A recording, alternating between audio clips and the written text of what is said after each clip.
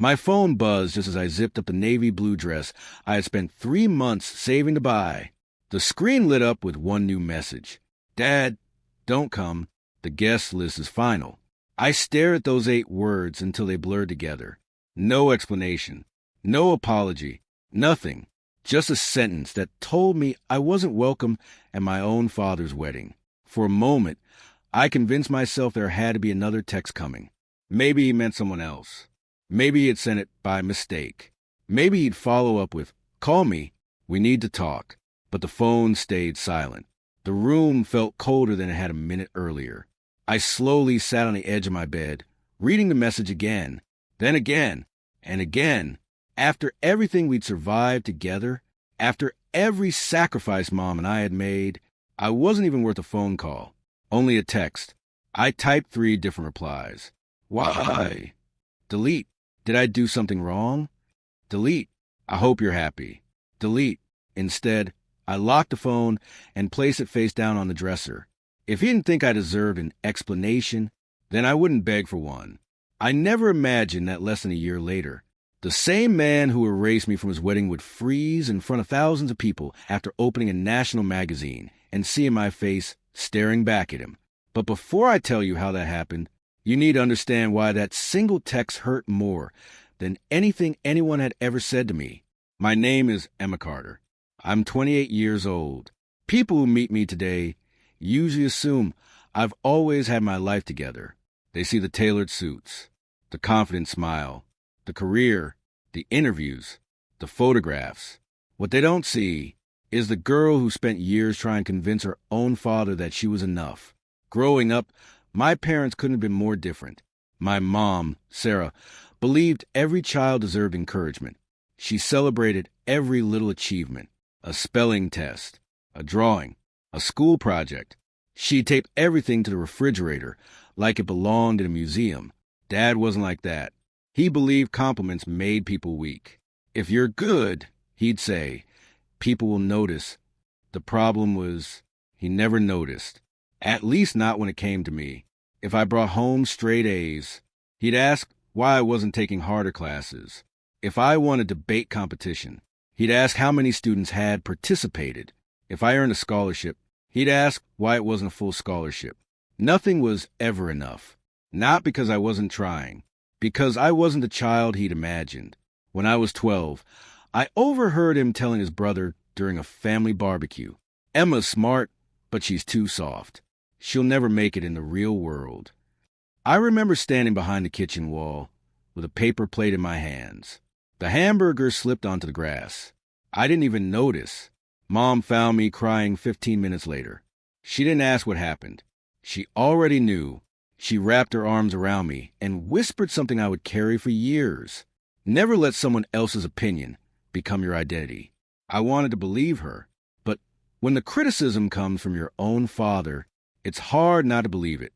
Things became worse after my mother got sick. It started with constant headaches, then dizziness, then hospital visits. Dad threw himself into work. Mom smiled through the pain. I spent afternoons doing homework in waiting rooms while pretending everything was normal. One evening, Mom reached over the hospital blanket and squeezed my hand. "Promise me something." I nodded. "No matter what happens, don't let bitterness become your future." I laughed nervously. "Nothing's going to happen." She smiled, but her eyes already knew the truth. 6 months later, we buried her under gray skies and steady rain. I was 19. Everything changed after that. The house became painfully quiet. Dad became emotionally unreachable. We rarely ate together. Sometimes we'd go 2 or 3 days without having a real conversation. When we did speak, it was about bills, laundry, groceries, never feelings, never grief, never Mom. One night, I tried. I walked into his home office carrying 2 mugs of coffee. "I miss her." He stared at his computer screen. "So do I." That was it. No eye contact. No conversation.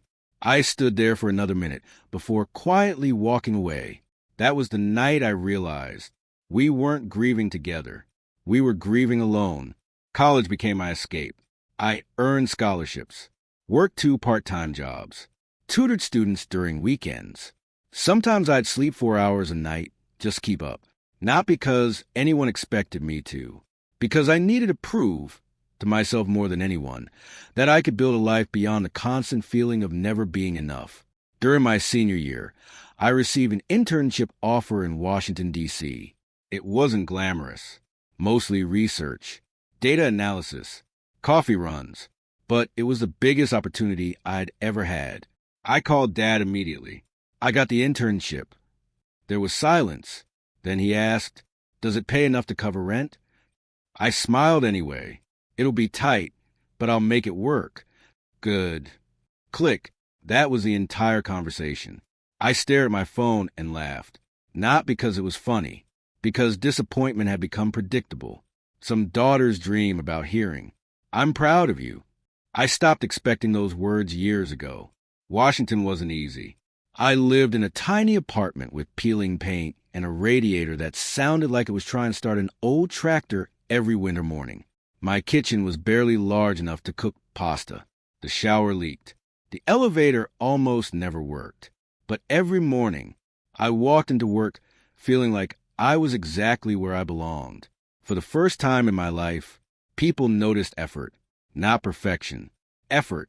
My supervisor once stopped by my desk late in the evening. "You're still here?" I wanted to finish the report. He smiled. "You've already done enough for today." Those words stayed with me, because nobody had ever told me I'd done enough.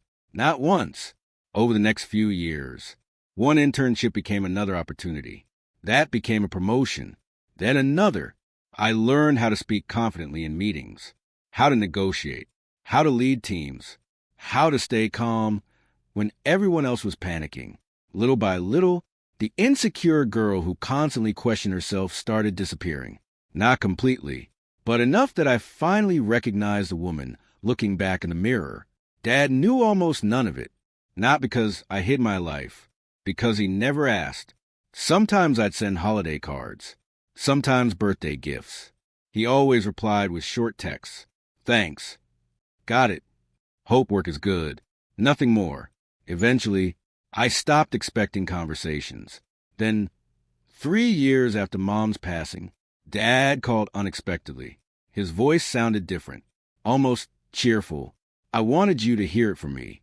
"Hear what?" "I'm getting married." The words caught me off guard. I looked out the office window toward the city skyline. "Oh, her name is Linda." I didn't know what to say. Part of me was happy he had found companionship. Another part wondered how someone who barely spoke to his own daughter had found enough words to fall in love again. "When's the wedding?" "Next month." "I'd love to be there." "You'll get the details." For the first time in years, I felt hopeful. Maybe this was our chance to start over. Maybe weddings could heal old wounds. Maybe losing Mom had broken both of us in ways we never understood. Maybe this would be the beginning of becoming a family again. I had no idea that hope would last exactly 18 days. Because on the morning I bought my dress, my phone buzzed, and my father sent a message that changed everything. "Don't come. The guest list is final." I must have read the message 20 times before I finally accepted that it wasn't a mistake. There wasn't another explanation coming. No apology.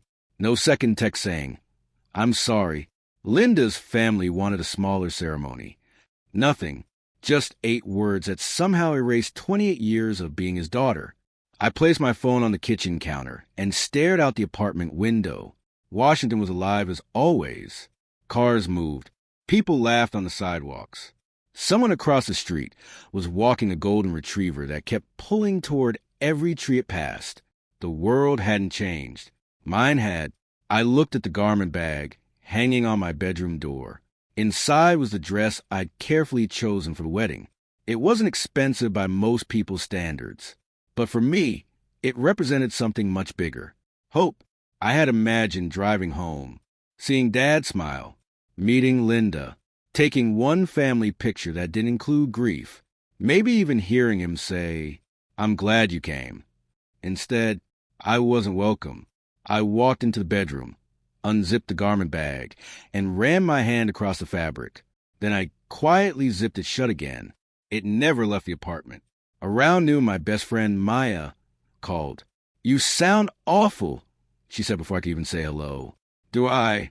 You always answer the phone with energy. "Today you sound like someone stole your future." I force a laugh. "My dad uninvited me from his wedding." Silence. "What?" "He texted me." "He texted you?" I read the message aloud. Another long silence followed. Finally, she whispered, "Emma, that's cruel. I keep thinking maybe there's a reason. There isn't a reason good enough. I don't know what I did." "You didn't do anything." "You don't know that." "I do." Her voice became firm. Healthy parents don't reject their children with text messages. I sat on the edge of my couch. I just wanted one normal day. "You deserved one." For a few minutes, neither of us spoke. Then Maya asked a question I'd been avoiding. "Are you still going?" I looked at my suitcase, sitting near the door, half-packed, ready for a weekend I no longer had. "No." "Are you sure?" He made his choice. And now, I look toward the window again. Now I make mine. That evening I booked a non-refundable business conference scheduled for the same weekend as the wedding. It wasn't an accident. If I stayed busy, maybe I wouldn't spend the entire Saturday imagining what was happening back home. Maybe I wouldn't picture Dad walking down the aisle. Maybe I wouldn't wonder whether anyone noticed the empty chair where his daughter should have been. The wedding day arrived. I woke before sunrise. For a brief second, I forgot. Then reality returned. I made coffee, opened my laptop, reviewed presentation notes. Anything to keep my mind occupied. At exactly 11:30 that morning, my phone buzzed. My heart skipped. "Dad." I opened the notification immediately, but it wasn't him. It was my cousin Rachel. She had sent a photo. My father standing beside Linda, smiling. The ceremony had already started. Below the picture she wrote, "Wish you were here." I stared at the image. Dad looked happy. Happier than I'd seen him in years. What hurt wasn't that he had moved on. He deserved happiness. What hurt was realizing he could celebrate the biggest day of his new life without his only daughter standing beside him. I typed, "Congratulations to them both." Then I turned my phone off. The conference lasted 3 days. Ironically, it became one of the most important weekends of my career. I met people whose names I'd only seen in newspapers. Policy advisors, business leaders, researchers, people who cared less about where you came from and more about what you contributed. One conversation changed everything. During a networking session, I found myself standing beside an older woman wearing a navy suit and silver glasses. She introduced herself. "I'm Diane." "I'm Emma. What brings you here?" I explained my work. She listened carefully. Most people waited for their turn to speak. She actually listened. After 20 minutes, she smiled. "You think differently." I laughed. "I've been told I overthink." "No." She shook her head. "You solve problems other people don't even notice." Nobody had ever described me that way. Before leaving, she handed me a business card. "I think we should talk next week." I slipped it into my purse. "I'd like that." I had no idea that accepting coffee with Diane would eventually open doors I had never imagined. Doors that would lead to national recognition. Doors that would one day place my photograph inside a magazine sitting on thousands of coffee tables across America, including my father's. Monday morning I returned to work. Everything felt normal again. Emails, meetings, deadlines. Until lunch. One of my coworkers walked into my office. "Hey, Emma." "Yeah." "I saw your social media." I frowned. "I barely post." "You didn't." He turned his phone toward me. Someone else had. It was Linda, my new stepmother. She had uploaded 23 wedding photos. Dad, Linda, her children, her grandchildren, friends, family. Under the caption, she wrote, "Perfect day with everyone we love." Everyone. I stared at the screen. Not one photo suggested he even had a daughter. It was as if I had never existed. My co-worker looked uncomfortable.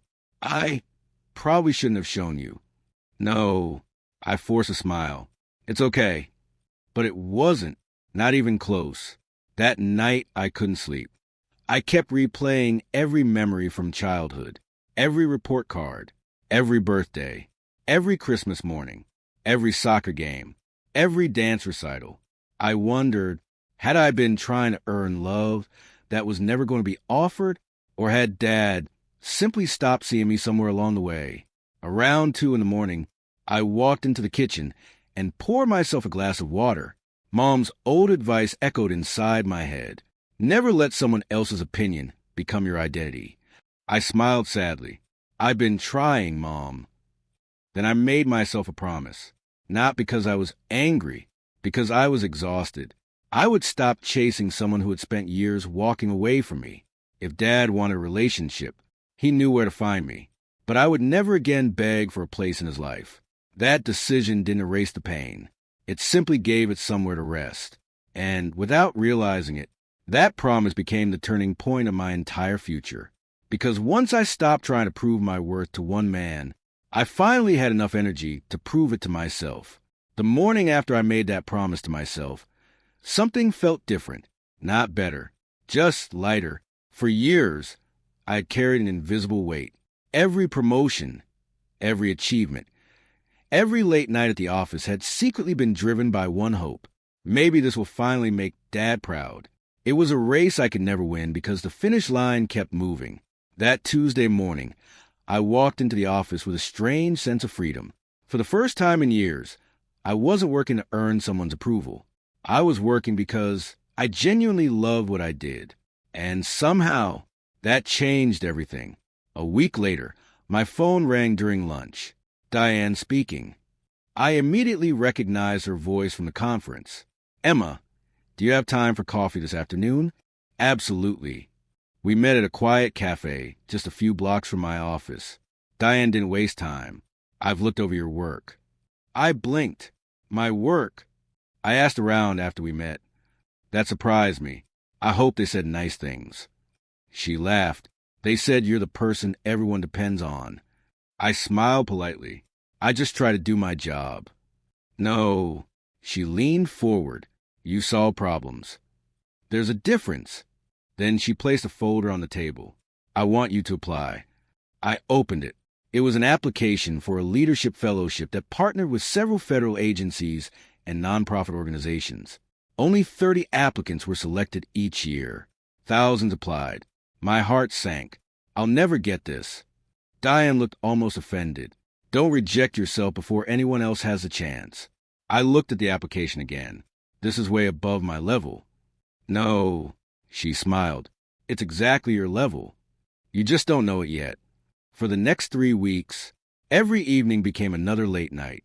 I rewrote essays, updated my resume, collected recommendation letters, prepared writing samples.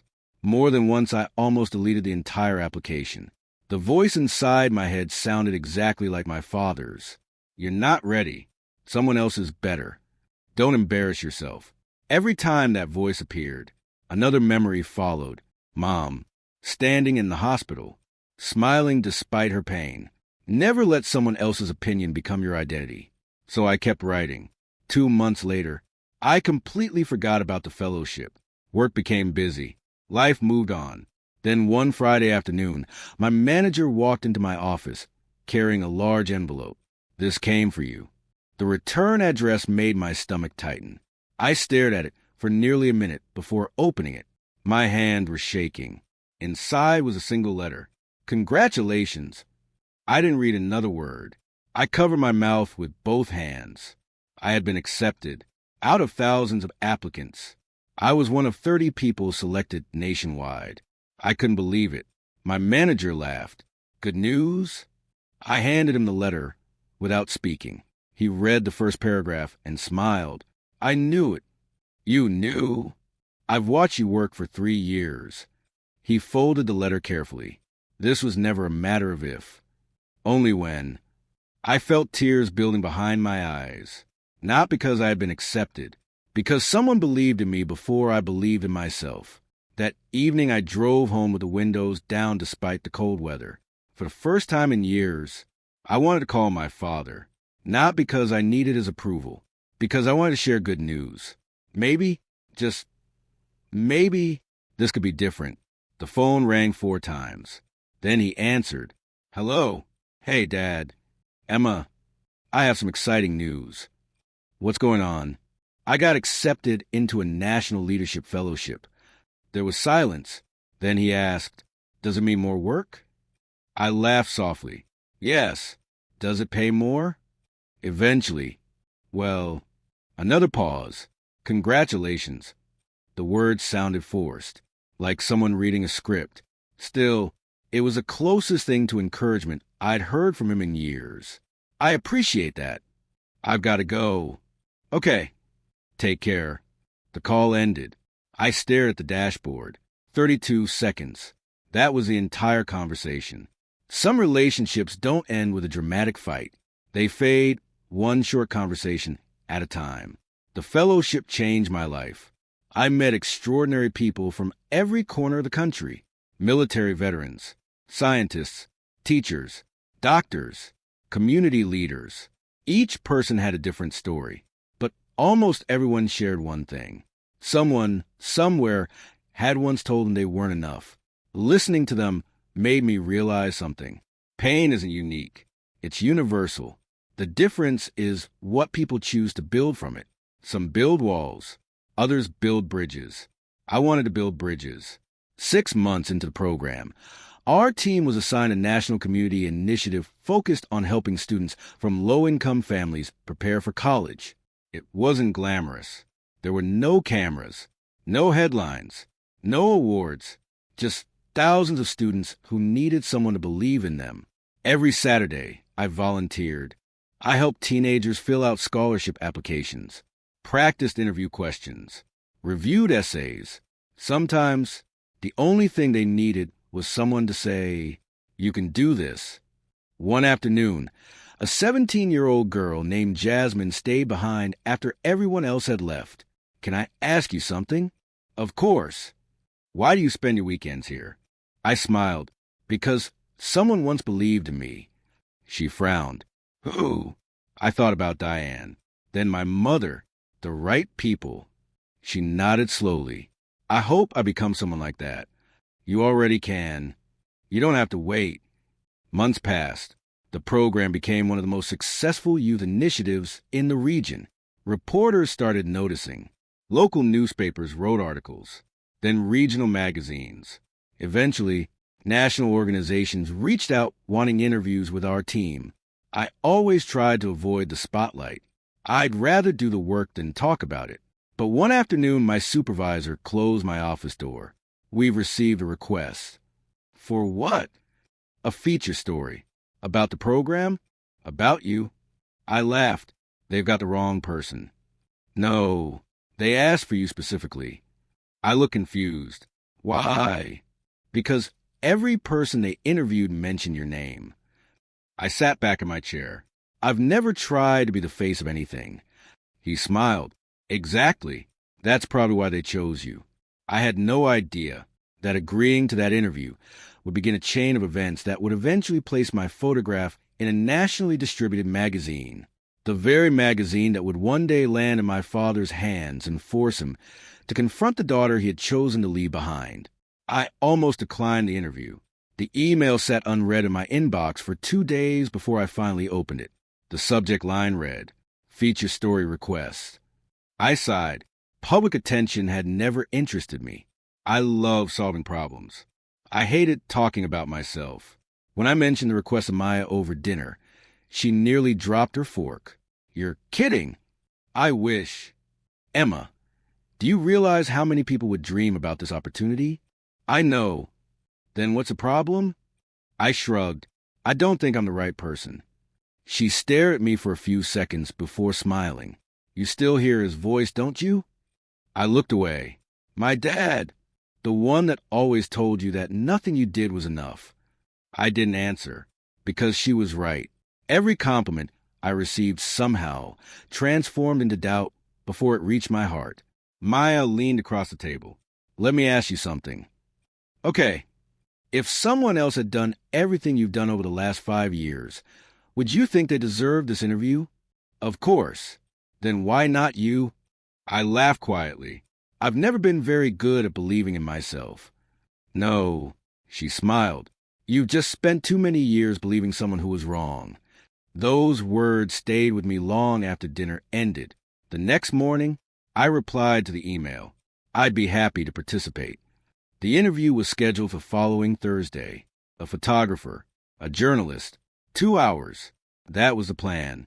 I arrived 15 minutes early. The photographer greeted me with a warm smile. You must be Emma. I am. I'm Lucas. He looked around the community center. I've photographed celebrities. I laughed. I'm definitely not one. He smiled. Honestly, they're usually harder to work with. That made me laugh. The interview felt surprisingly natural. The journalist, Karen, wasn't interested in awards or titles. She wanted stories. What made you start mentoring students? I thought for a moment. When I was growing up, there were people who believed in me before I believed in myself. So now you try to become that person for someone else? I nodded. Exactly. She smiled and wrote something in her notebook. Then she asked another question. What motivates you today? Without thinking, I answered honestly. I don't want success to stop with me. If I can open one door, I want to hold it open for the next person. Karen looked up from her notebook. I like that. After the interview ended, Lucas asked one last favor. Would you mind taking a few portraits outside? Sure. The afternoon sun had started to sink behind the buildings. Golden light filled the street. Lucas adjusted his camera. Don't smile. I immediately smiled. He laughed. Exactly why I said don't. I cover my face. Sorry. Just relax. I don't know how. You don't have to. Just think about someone who changed your life. Immediately, I thought of Mom. Not the hospital. Not the funeral. Her laugh. Her hugs. The way she clapped. Louder than every other parent at my school concerts. Without realizing it, a soft smile appeared. Lucas lowered the camera. There. What? That's the one. He clicked the shutter. Again. Again. Again. You've got something people can't fake. What? Hope. I looked at the camera and smiled. I wasn't feeling hopeful. Sometimes the strongest hope, he said while reviewing the photos, comes from people who know what hopelessness feels like. Life returned to normal. Weeks passed. Nothing happened. I assumed the article had been delayed. Eventually, I forgot all about it. Work became busier than ever. Our organization launched 2 new education programs. I found myself traveling across different states, speaking with school districts and nonprofit leaders. Every airport looked the same. Every hotel room blended together. But I loved every minute of it. Not because of the travel. Because every conversation reminded me why I had started. One afternoon, after speaking at a student leadership event, a young boy waited until everyone else had left. He couldn't have been older than 13. Miss Carter? Yes. My dad says people like us don't become successful. I knelt so we were eye level. What do you think? He shrugged. I don't know. I smiled. I think your future shouldn't be decided by someone else's fear. He looked at me quietly. Do you really believe that? I do. He smiled for the first time. Thank you. As he walked away, I realized something. Years earlier, I had needed someone to tell me exactly those words. That evening, while organizing paperwork at my apartment, my phone rang. It was an unfamiliar number. Hello, Emma? This is Karen, the journalist. Oh, I hope I'm not interrupting. Not at all. I just wanted to let you know the story has been approved. Really? And